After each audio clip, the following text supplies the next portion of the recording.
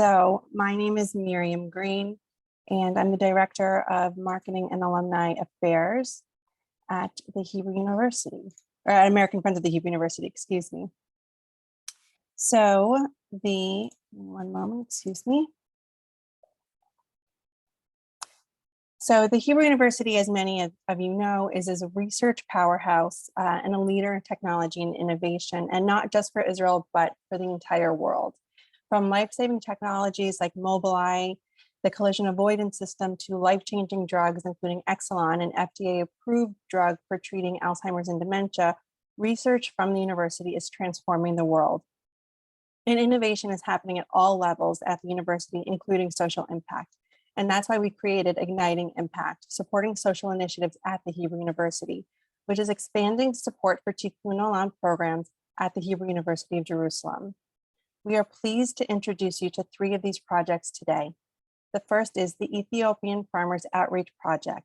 This initiative creates an avenue for Israeli and international students to farm alongside Ethiopian community elders to exchange ideas and share experiences through weekly workshops, helping to transfer knowledge between cultures and generations.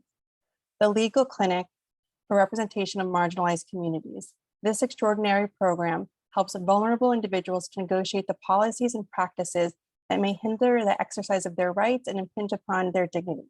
In addition to providing legal services, the clinic integrates academics with practical work for students. And GLOCAL, a master's degree in community development, where we're focusing on internships and seed funding for alumni projects. The GLOCAL program trains young professionals as community development workers. An integral part of the program is the internship, where students gain the skills, knowledge, and experience needed to help improve the lives of people in disadvantaged communities around the world. Hi, everyone. Good morning, good afternoon, good evening. I'm Laura Abrams, Leadership Development Director at American Friends of the Hebrew University, and we are so pleased to have speakers with us from each of these programs today. We will be taking questions at the end, so be sure to submit your questions in the Q&A box, and we'll do our best to answer as many questions as possible. I'm now so pleased to introduce our first speaker for today. From the GLOCAL program, Dr. Reut Barak Weeks specializes in development, economics, and political relations in the developing world, and has a wide interest in development of diverse communities. Supporting the GLOCAL program from its establishment, Dr. Barak Weeks teaches the course Introduction to International Development and Development Economics Principles and Application, and has guided the students in the process of identifying and preparing for their internships. I'm now pleased to welcome our first speaker and our first program. Thank you so much, Laura, and hi, everyone. It's very exciting to be here, and thank you for your time. I am indeed very privileged to be able to present our program to you. As Miriam said, the Hebrew University is pioneer in the field of technology in many avenues.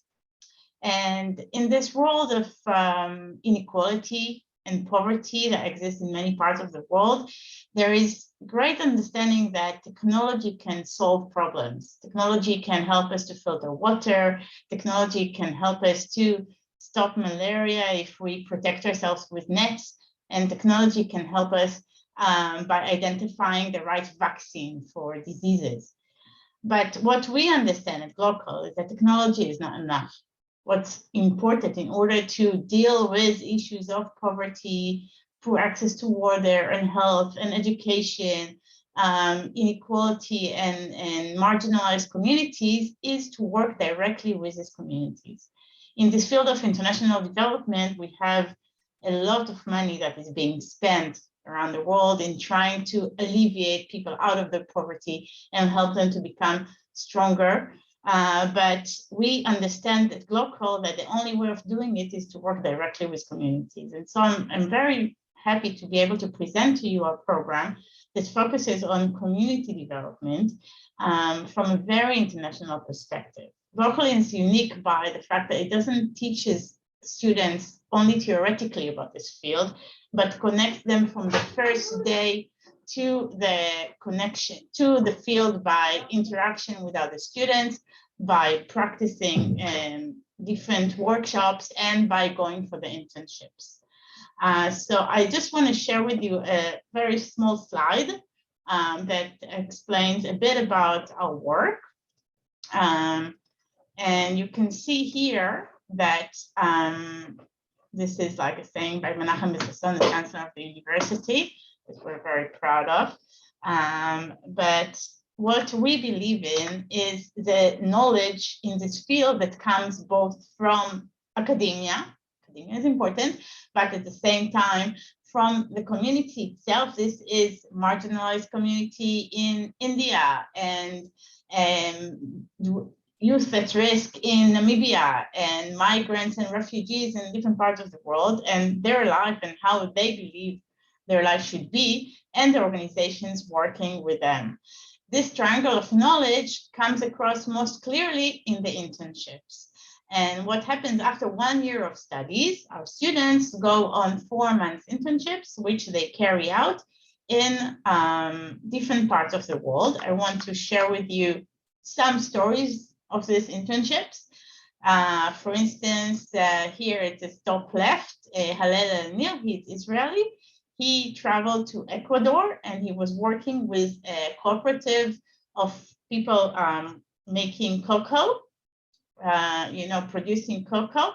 He was helping this cooperative of farmers to make a brand out of their cocoa so that it will be easier for them to market their story, to reach buyers. And he actually helped them to create more partnerships and link with the cocoa farmers and connect with them and link with the different buyers. So it will be easier for them to grow.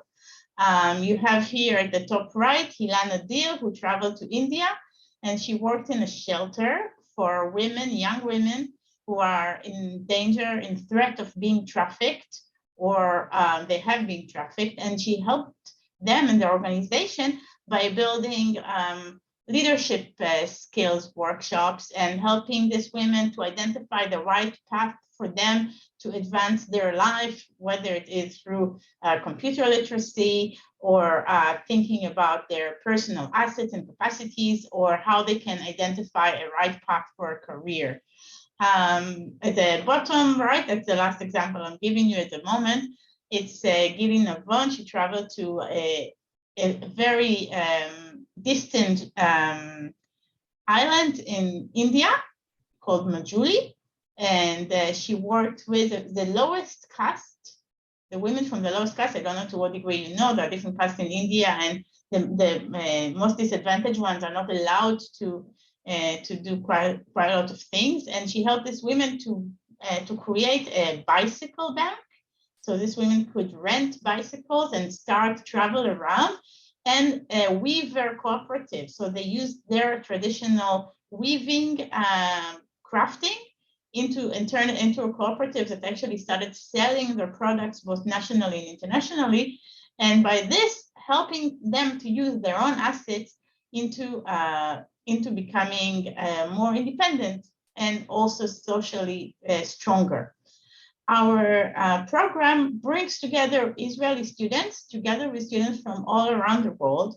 These students are already have experience in the field, meaning that when you come to study with us, you actually study with peers that already know the field, and our graduates, upon completion of the program, continue and work in this field of community development and improve the lives of people in need in different parts of the world. So if I have a few minutes in a minute, I will be happy to share with you some of our alumni projects. But before that, I want to show you a very short video that our students created to give you a feel of these internships and what does it mean for students at the Hebrew University to take these internships in different parts of the world and how it actually affects them. So this is the short video created by our students, and I hope you enjoy it.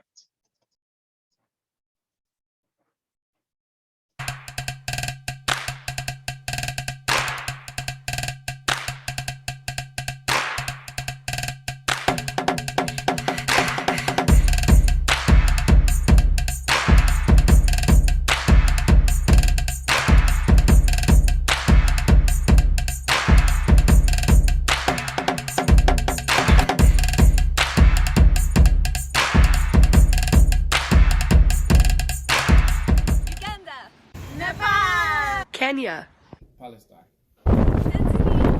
Israel, Rwanda, Uganda, Zanzibar, Jerusalem, Morocco, Ethiopia, Uganda, Israel, South Africa, Ethiopia, Malawi, Israel, Ramle, Uganda, Israel, Rwanda.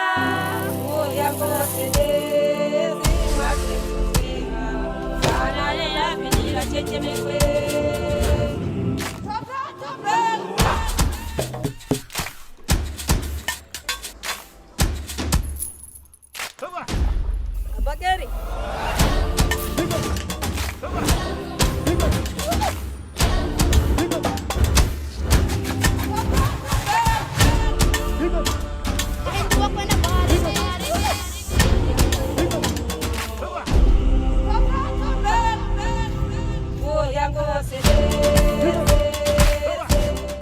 Sisi Tuchinate,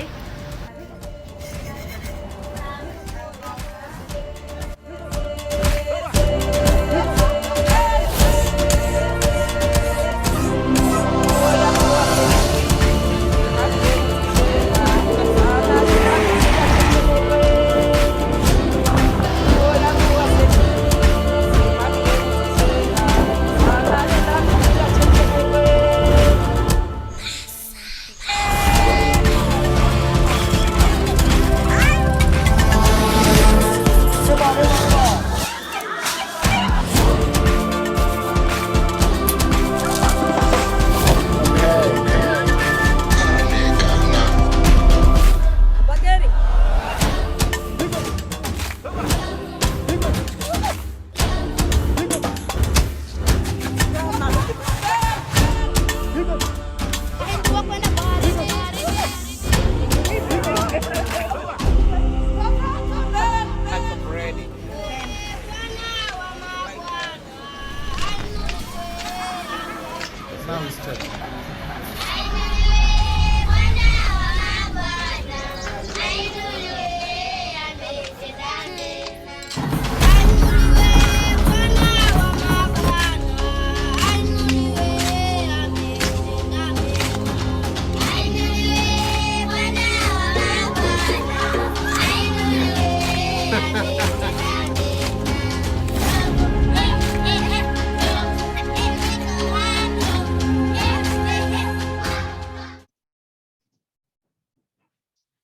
So our students through these internships take this idea of like excitement about making this world a better place, but actually learn the field and the complexity and deal with the challenges and become experienced professionals to actually make this world a better place.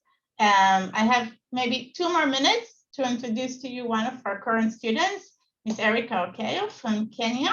And Erica just returned from her internship in Ghana. And Erica, if you can just really in 1 or 2 minutes share with us your experience at the GLOCAL program, I think it will be great. Thank you.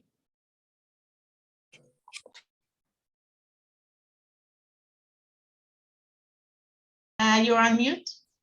You are muted. Yeah, okay. Yeah, the host muted everyone. Sorry. So hi again. My name is Erica Okeyo from Kenya. I have a background in sociology. I did my bachelor's in sociology and political science from Kenya.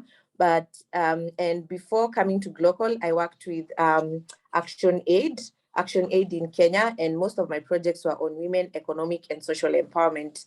So I joined GLOCAL in 2020 for the 11th cohort, and currently I'm done with my coursework, and I also like did my internship, and I'm currently doing the last part of which is the seminar, where we are now after our internship, we come and we link the theory we learned, the practice, and we combine everything together to come up with tools as we finally leave GLOCAL. So I was able to do my internship at Care International in Ghana, and my internship was around the main objective of the internship was to eliminate child labor, forced labor, and other labor rights violation. And this we did through creating alternative livelihoods for women and girls 18 plus and 15 to 18 who are dropped out of school And these women and girls are usually, they live in cocoa growing communities. So during my internship for the 4 months that I was in Ghana, I was able to gather a lot of experience. I got technical experience in, for example, in capacity building. I was able to attend and participate in micro-enterprise training of soap making and pastries. And as Erica, my role was in communication. I used to do the communication and the administration for the project and for the activities. I would take pictures, I would do the report, I'd report and put together the report of all the trainings. And something else, another technical skill I learned, I was able to learn a lot of M&E technical skills. I got an opportunity to work with the M&E officer to create tools to monitor and evaluate projects on women economic empowerment. I was able to participate in creating a whole database for all the participants, to create codes. And this was very interesting because I was able to apply the knowledge that I learned in class. There's a unit we did on statistics where we learned how to create variables for questions, and I was able to actually apply this for my internship. And something else that was very interesting is the networks I was able to create because I was working with a whole team, a whole technical team of 6 people, of experts. And I was also able to interact with the private sector that works with cocoa growing communities in Ghana, which is called OLAM. And I also, I traveled a lot. I traveled a lot in the central region of Ghana.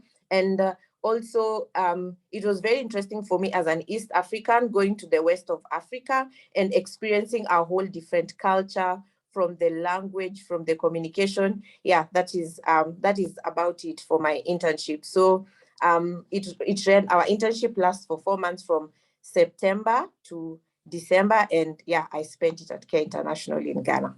So yeah, that's it for me, unless you have questions. Thank you so much. Thank you, Erica, and thank you, Ruud, for the wonderful presentation and for your amazing work. And I will turn it back to Miriam to introduce our next project.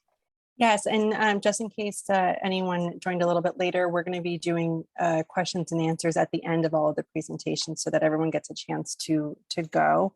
But thank you, yes, for the wonderful presentation. Next up is the legal clinic.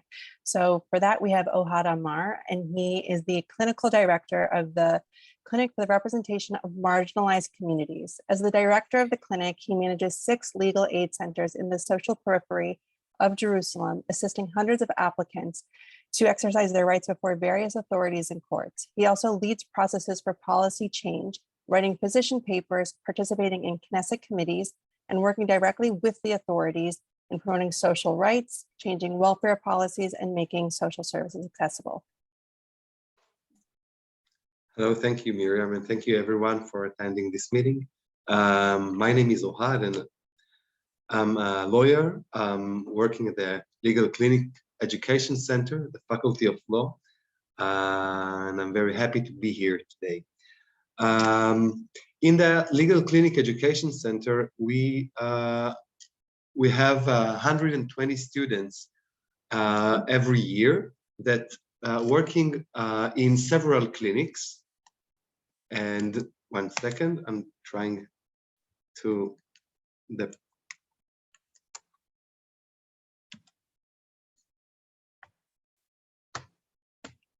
Okay. Our goals in the Clinic Educational Center is to teach the students law in action as an essential part of their academic studies. We also helping them understand the potential and also the limits of the law as a tool to advance social change. We educate students to social responsibility, and we're promoting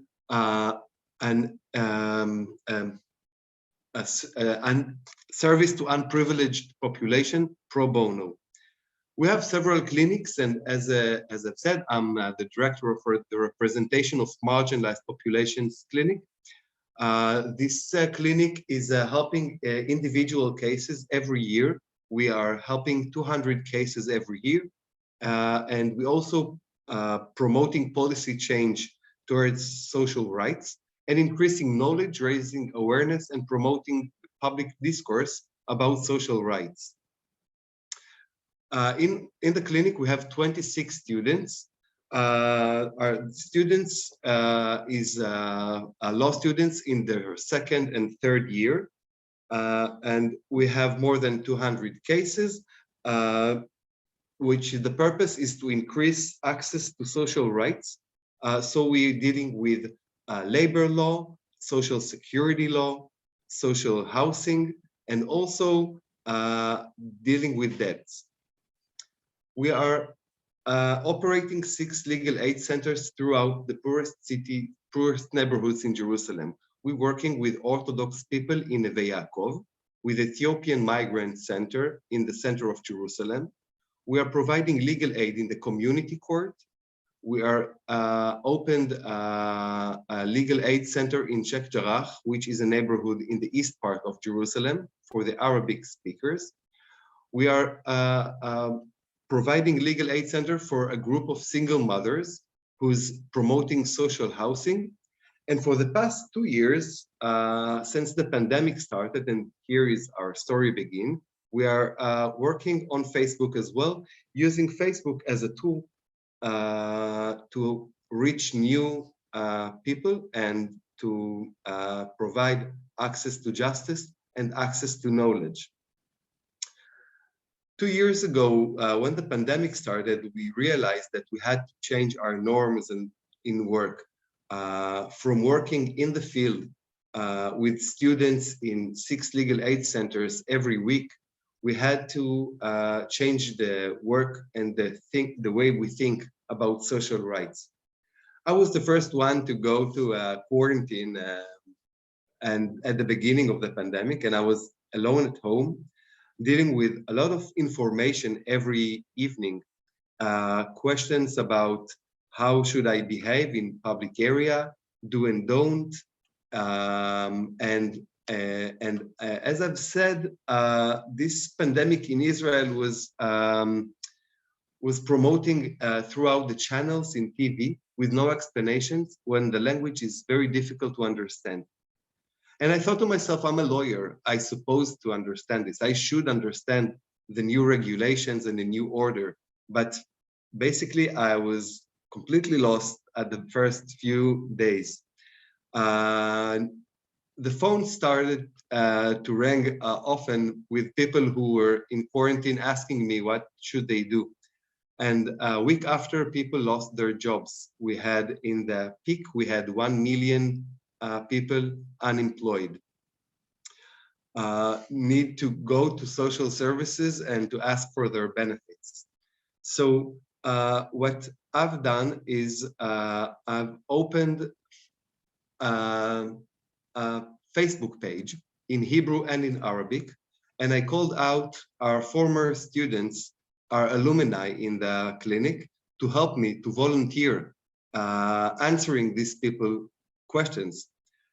In a few hours, I had all the volunteers I needed. All of the alumni were joining me and helping people. We had thousands of questions.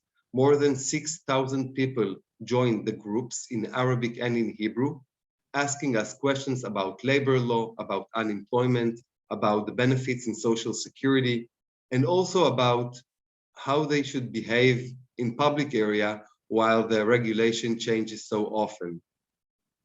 We also knew that we need to keep on managing the existing cases, providing all-time responses to our clients, because our clients are already lives in poverty, so their struggle must be harder than other people. But with the Facebook pages, we started to reach out to new people, not from Jerusalem, from all over the country. And we had a larger scope of information, of data about the questions and about the struggles. And this is how we managed to throw a few campaigns in the Knesset, in the Israeli parliament, and in the media as well. This is how we managed to open the supermarket for older people at the beginning of the day earlier.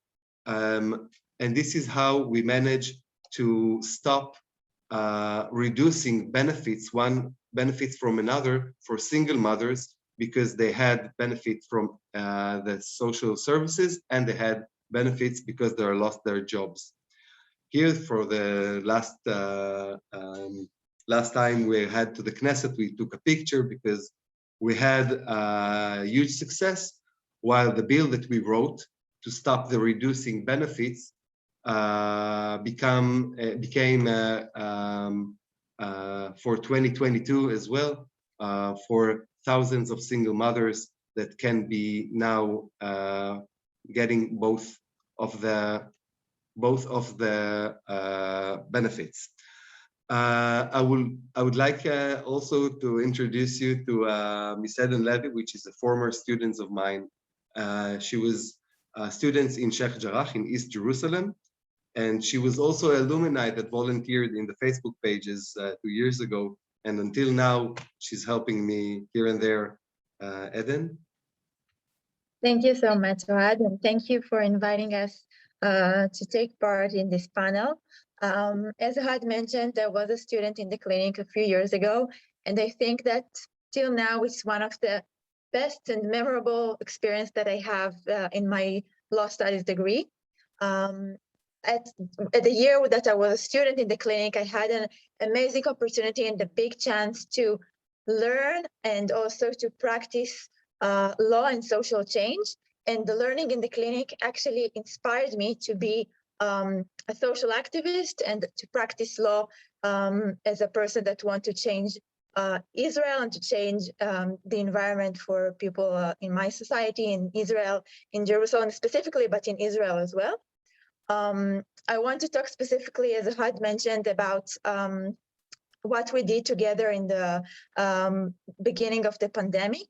As Ohad said, it was a really crazy times in Israel, as it was, I sure, for all of us as well. And I felt that it's really important for us to get together and to help for people that we already know that they're in need and that they need our help and don't have the access to us because of the social distance. So when Ohad called me and told me, I need your help, you're speaking Arabic, we have to open a Facebook page, not just in Hebrew, but also in Arabic, to assist people to get access to information, to get access for understand their rights, understand their obligations. I jumped into the assignment and I said, okay, let's do it. And in the 3-4 few weeks at the beginning of the pandemic, it was crazy to see how many people just needed our help, just needed us to be there for them, to answer for their questions, and the ability to go from face-to-face meetings that were so important and so moving, but also to have another scope via Facebook and the social media helped us to achieve so much more impact and to get to so much more people. And I'm so happy for the opportunity to take part on this amazing project. And I'm so happy that I still have this connection with Ohad. And I think that the fact that a few years after I finished, I still participate in project of the clinics just makes us understand how impact it has on the environment, but also on the students that participate in the project. So I'm happy to just memorize this experience. Thank you so much. That's great. Thank you both very much. It's always wonderful, especially to hear from students and alumni. So next up, and last but certainly not least, is the Ethiopian Farmers Outreach Project, which is run by Professor Alon Samach, and his research group has been focusing on understanding the processes of flowering and fruit set in fruit trees, which is mostly olives, apples, and avocado, and you'll hear about this shortly. But his work at the the Robert H. Smith Faculty of Agriculture, Food and Environment with elderly Jewish Ethiopian farmers and international master's students has provided him a much more tangible form to witness other people's well-beings. So if you give me one moment, we're going to share a very nice video that we did.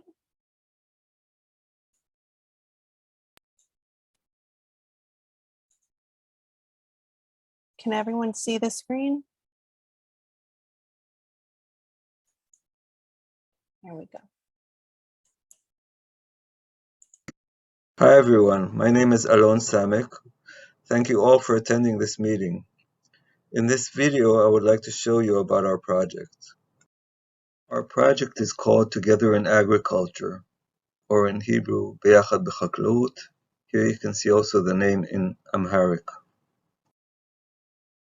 I started this project in 2016 at the Faculty of Agriculture at the Hebrew University. And this project was also helped by David Elazar, who is the manager of Moked Klita at the municipality of Rehovot.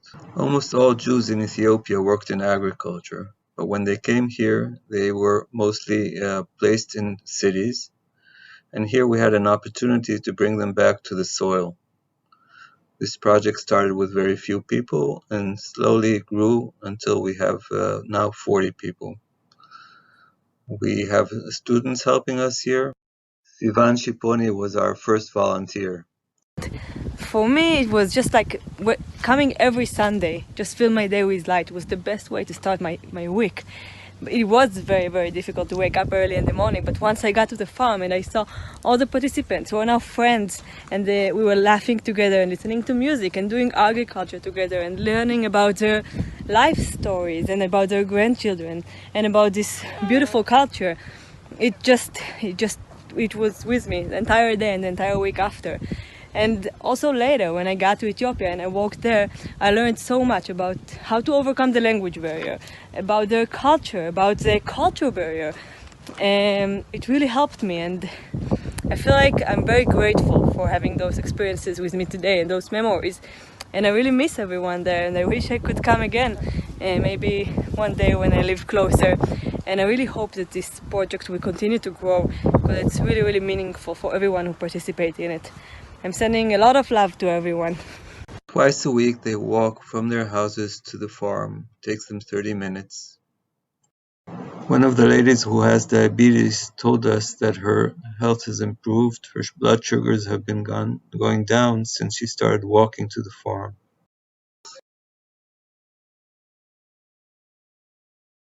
Some coming on their own and some coming in couples.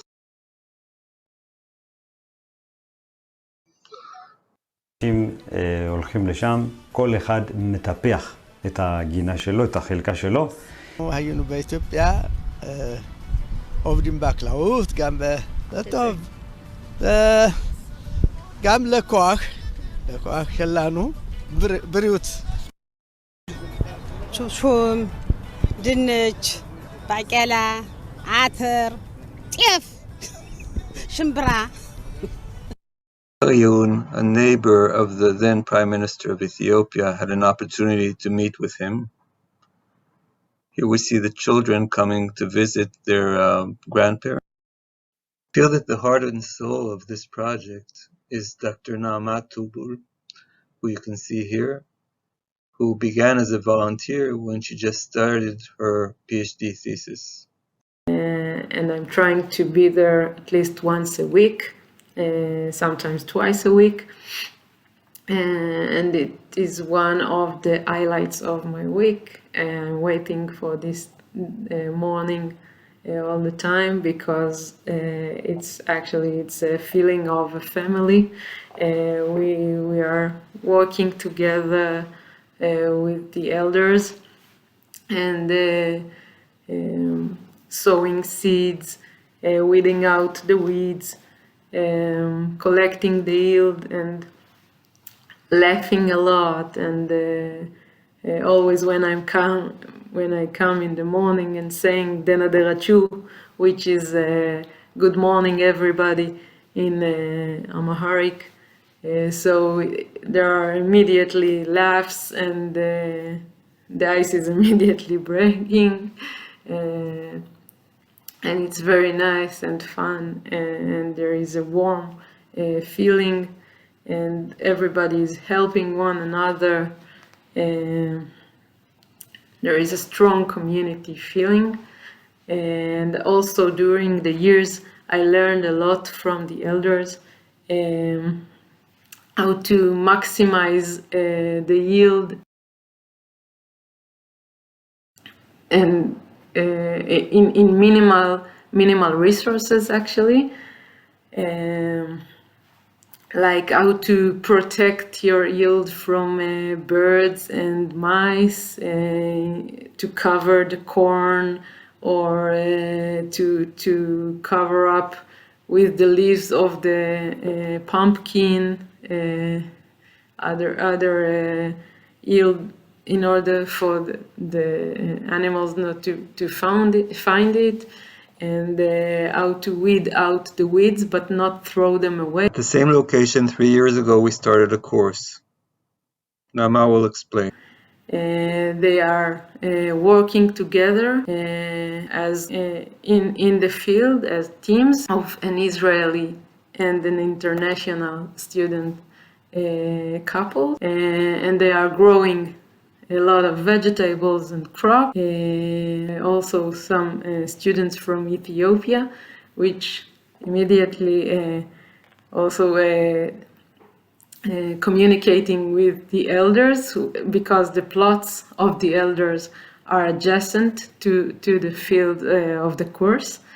And it is very nice to see the interactions between the elders and the students, and they are also, sometimes they are sharing the yield, and we are the teachers taking all the students to tour within the plots of the elders, and are also the teachers taking all the students to tour within the plots of the elders and letting them to watch different methods in order to grow their things. I'm very happy to be a part of this amazing project and course, and that's it.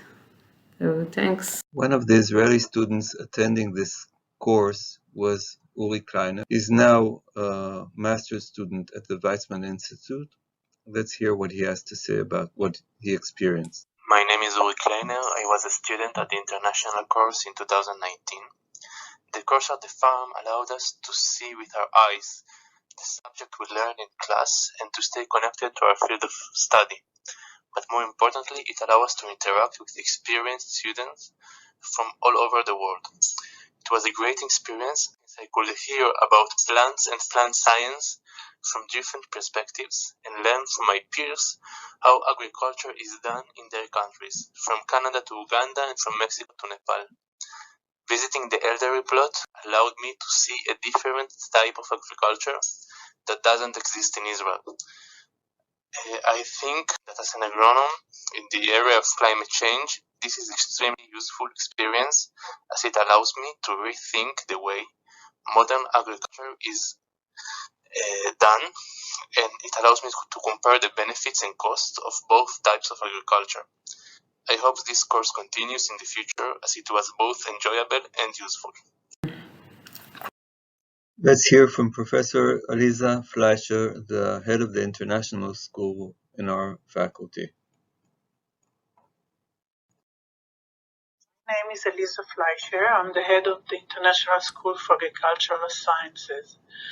The educational farm / experimental farm that is a wonderful meeting point for a group of young international students who mostly come from developing countries, young Israeli students who work shoulder to shoulder, growing their own food using the forefront methods used to grow food.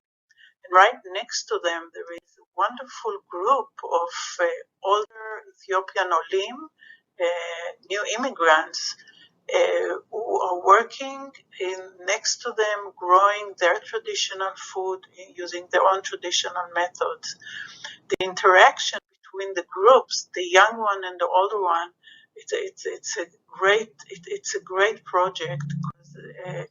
First, the young students understand what does it mean to grow food. The older people learn also different methods from the young group, and all together, I think it's a great project run by Professor Alon Samach.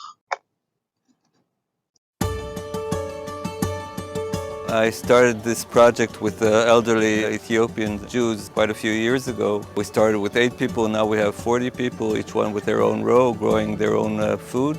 They've been farmers for all their lives.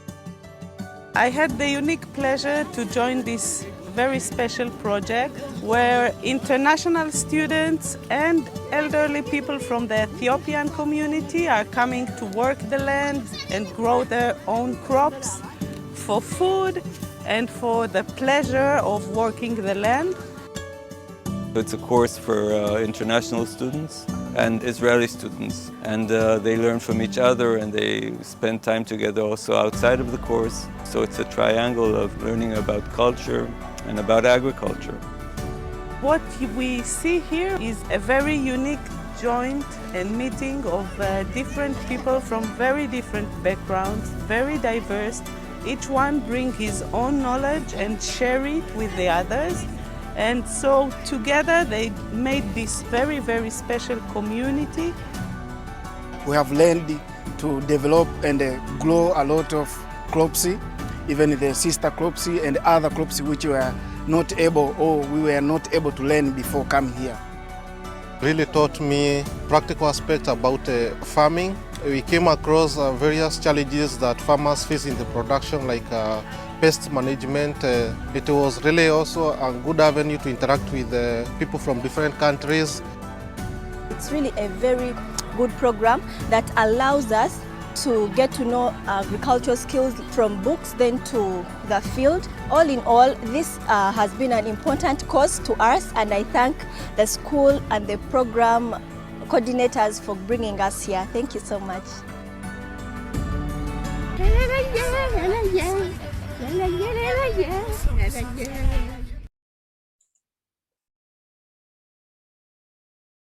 All right.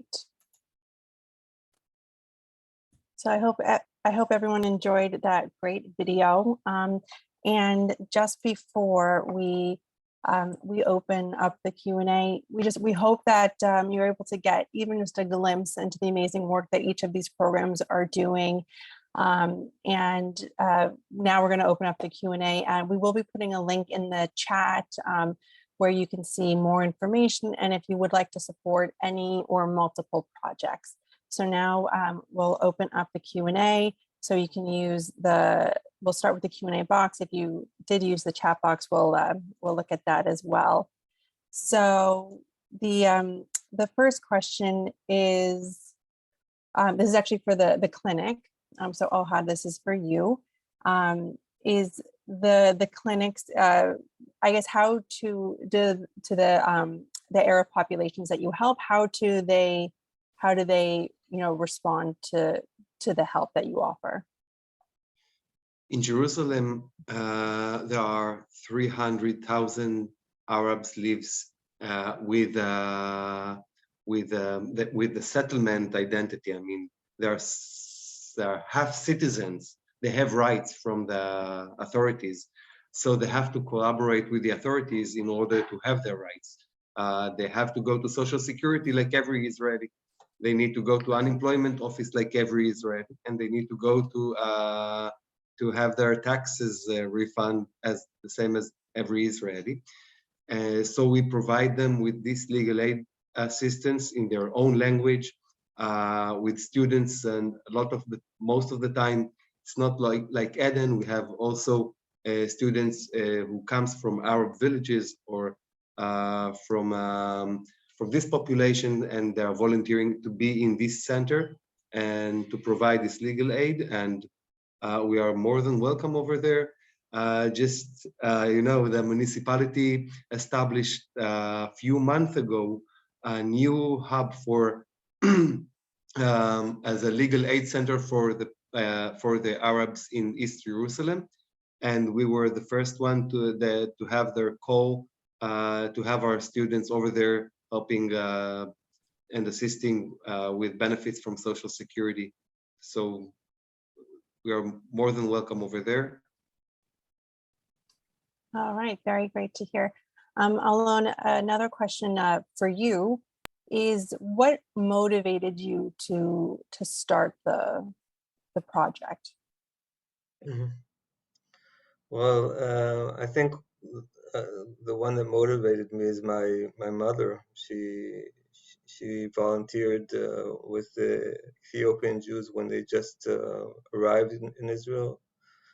She also volunteered with bereaved families, and we have some bereaved families among the people in the field. So I think that just trying to be like her and trying to do good and learning that doing good to others is the only good way to become more happy. So that's what motivated me. That's very nice. Laura, you had a question as well? Yes, actually a question for each of the projects. Obviously, COVID has had an impact on all of our work and all of our research and all of our progress. Can you speak a little bit about where the projects are currently and how you see moving forward? Well, I can start and say that this COVID was actually, for the people that came to the field, because it was they were outside, they could continue coming during the whole period when everybody else was inside the houses. They had this way of just continuing and coming to the field and spending time there. So for them, it was great. We could continue all the time.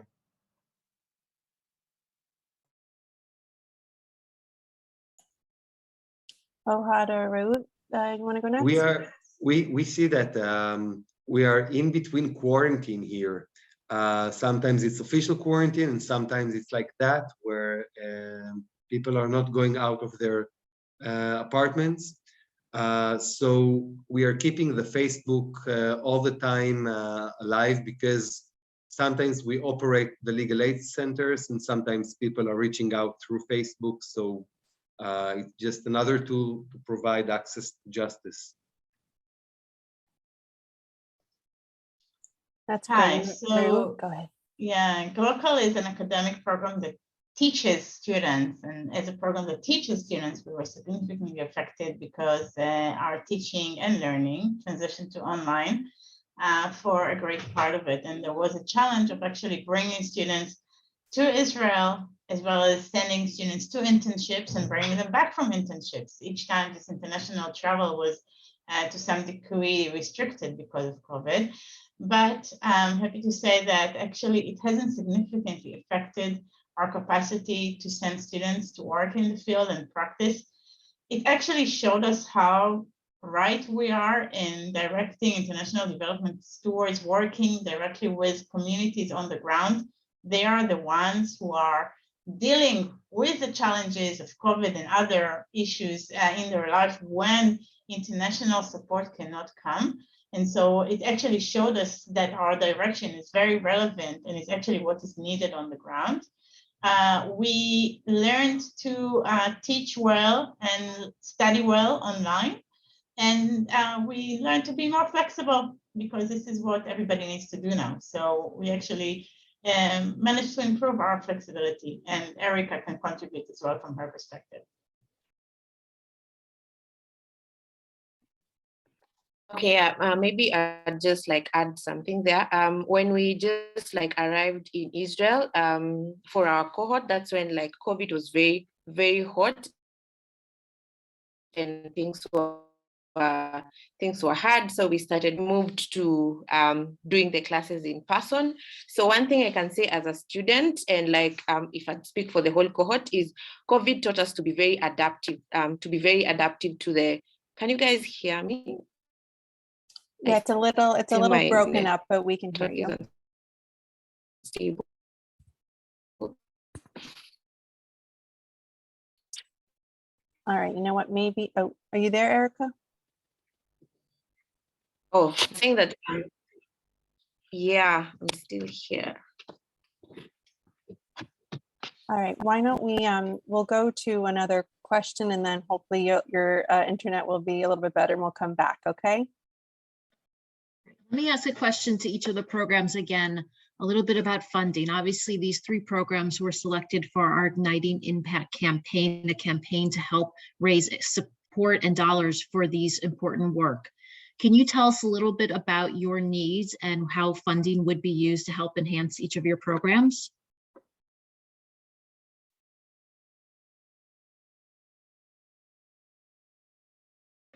Should I start first, as I went please. last time? So, as I mentioned, GLOCAL is unique in this practical scope, and the fact that it's really important for us to give students both training and experience as part of their master's degree. And this practical scope is challenging to get funding from the regular university channels. An internship is not something that the academic system in Israel is very much acquainted with. And it's really important for us to give this training to our students and to our graduates, to give them the support. And so this is why it's really crucial that we'll get philanthropic support in order to do that. Another element that is important for us to get support is actually bringing to study together students such as Erica that are coming from the field, that are coming from a lower socioeconomic background, and they need the support.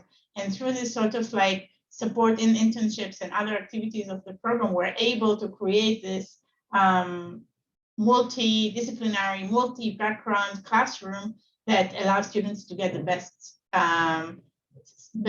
experience and best learning that they can get.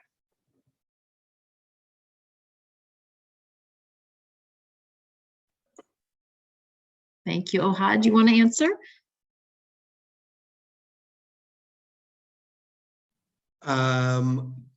Okay, yeah. We need the fund to operate the Facebook pages, one in Arabic and one in Hebrew. We need Hebrew speaker as with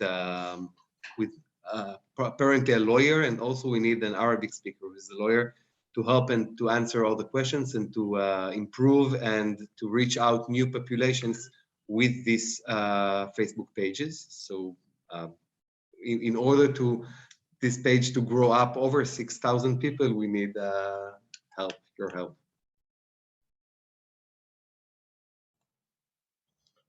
You know, there's quite a lot of funds being spent on trying to help Ethiopian Jews in Israel. And what we found out is that simply by letting them do what they love, which is growing plants like they did in Ethiopia, it's quite easy to make them happy, and it's not very expensive. So we have this project now for 40 people. And I think that with additional funds, we can grow with this project and have, this is just one neighborhood now in Rehovot that's participating. And there are several other neighborhoods that we could include in this project. And I would also like to spend more time in trying to record the life histories of these people. So each one of them, just like my nephew did it for my parents, and we now have the recording after they're not here with us anymore. I'd love to have that kind of recording of the different people that are attending, just so they can show their tradition to their children, grandchildren, and next generations. Terrific. Well, I think we are just about out of time. So I want to thank all of our partners in Israel from the Hebrew University for this wonderful presentation. And thank you all for joining us today. As you can see, these projects are so special to all of us at American Friends of Hebrew University. And we hope that you all consider supporting one of these amazing projects. It truly is social impact on a global level. So please visit our website. We will put the link in the chat so you can see and learn more about these 3 projects with the Uniting Impact campaign. Please consider a donation so that you can follow where your dollars are going. I'll also ask that if anyone is interested, we do have a platform so that you can create your own Igniting Impact personal fundraising page. We have a platform called Classy where we can set up a page for you. You can share the link via email, social media with family and friends so that you can become a fundraiser too for the Igniting Impact campaign. If you're interested, Miriam and I will put our details in the chat so that you can contact us. We'd be happy to welcome you into part of the campaign as we can continue to do good work for the Hebrew University. Thank you all again for joining us. Thank you to our friends in Israel for the wonderful partnership. Please reach out if you have any other questions, and we'll look forward to fundraising and growing together. Have a great day, everybody.